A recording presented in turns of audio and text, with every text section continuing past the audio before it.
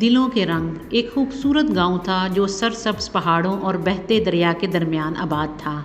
وہاں دو چھوٹی بچیاں لیلا اور آمنہ بہترین سہیلیاں تھیں۔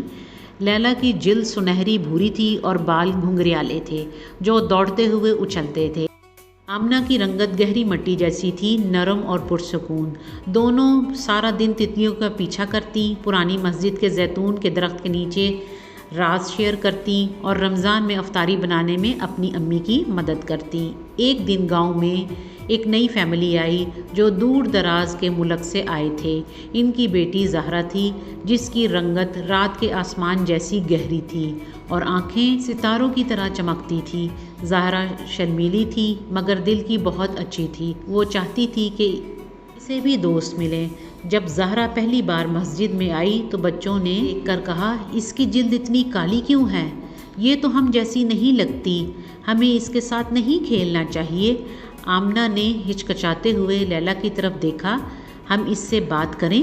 لیلا نے ناراض ہو کر کہا، کیوں نہیں کریں، وہ بھی ہماری ہی طرح ہے۔ مگر کچھ لڑکیاں ہنسنے لگیں اور جب زہرا ان کے قریب آ کر بیٹھی تو وہ دور ہٹ گئی۔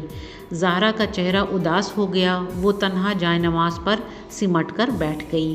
اس رات لیلا کو نیند نہ آئی۔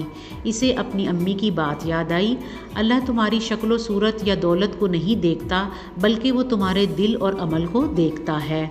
اگلے دن لیلا نے آمنہ کا ہاتھ پکڑا اور زہرا کے پاس گئی۔ السلام علیکم، کیا تم ہمارے ساتھ کھیلنا چاہو گی؟ زہرا کا چہرہ خوشی سے چمک اٹھا۔ جلد ہی تینوں لڑکیاں سی خوشی کھیل رہی تھیں، پھولوں کے تاج بنا رہی تھیں اور کھیتوں میں دوڑ رہی تھیں۔ مگر کچھ لڑکیاں اب بھی زہرا سے دور ہی تھیں۔ ایک شام گاؤں کی ایک سمجھدار بزرگ اماں عائشہ نے سب بچیوں کو صحن میں جمع کیا۔ ان کے ہاتھ میں دو خوبصورت پیالے تھے، ایک ہلکے مٹی کا اور دوسرے گہرے رنگ کا چمکدار۔ انہوں نے پوچھا، تمہیں کون سا پیالہ اچھا لگ رہا ہے؟ زیادہ تر نے ہلکے رنگ والے کی طرف اشارہ کیا۔ اماں عائشہ نے دونوں میں میٹھا ٹھنڈا پانی بھرا۔ اب بتاؤ کس پیالے کا پانی زیادہ خالص لگتا ہے؟ سب خاموش ہو گئی۔ اماں عائشہ نے نرمی سے کہا، پیالے کا رنگ پانی کو نہیں بدلتا، جیسے جلد کا رنگ انسان کے دل کا تو نہیں بدلتا، اصل خوبصورتی دل میں ہوتی ہے۔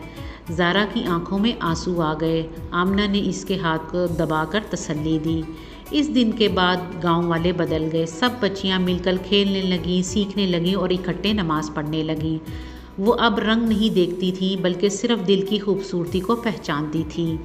کئی سال بعد جب زہرا اسی مسجد میں قرآن پاک کی تلاوت کے لیے کھڑی ہوئی جہاں وہ کبھی تنہا بیٹھی تھی، اس نے پہلی صف میں بیٹھی لیلا اور آمنہ کی طرف مسکرا کر دیکھا۔ اس نے بلند آواز میں کہا، نبی کریم صلی اللہ علیہ وآلہ وسلم نے فرمایا، تمام انسان آدم اور حوا کی اولاد ہیں، کسی کو کسی پر برتری حاصل نہیں سوائے تقویٰ کے، اور میں نے یہ سبق ان دوستوں سے سیکھا جنہوں نے میری رنگت نہیں میرے دل کو دیکھا۔ کہانی کا سبق، اسلام میں کسی کو رنگ، دولت یا خاندان کی بنیاد پر بہتر نہیں سمجھا جاتا۔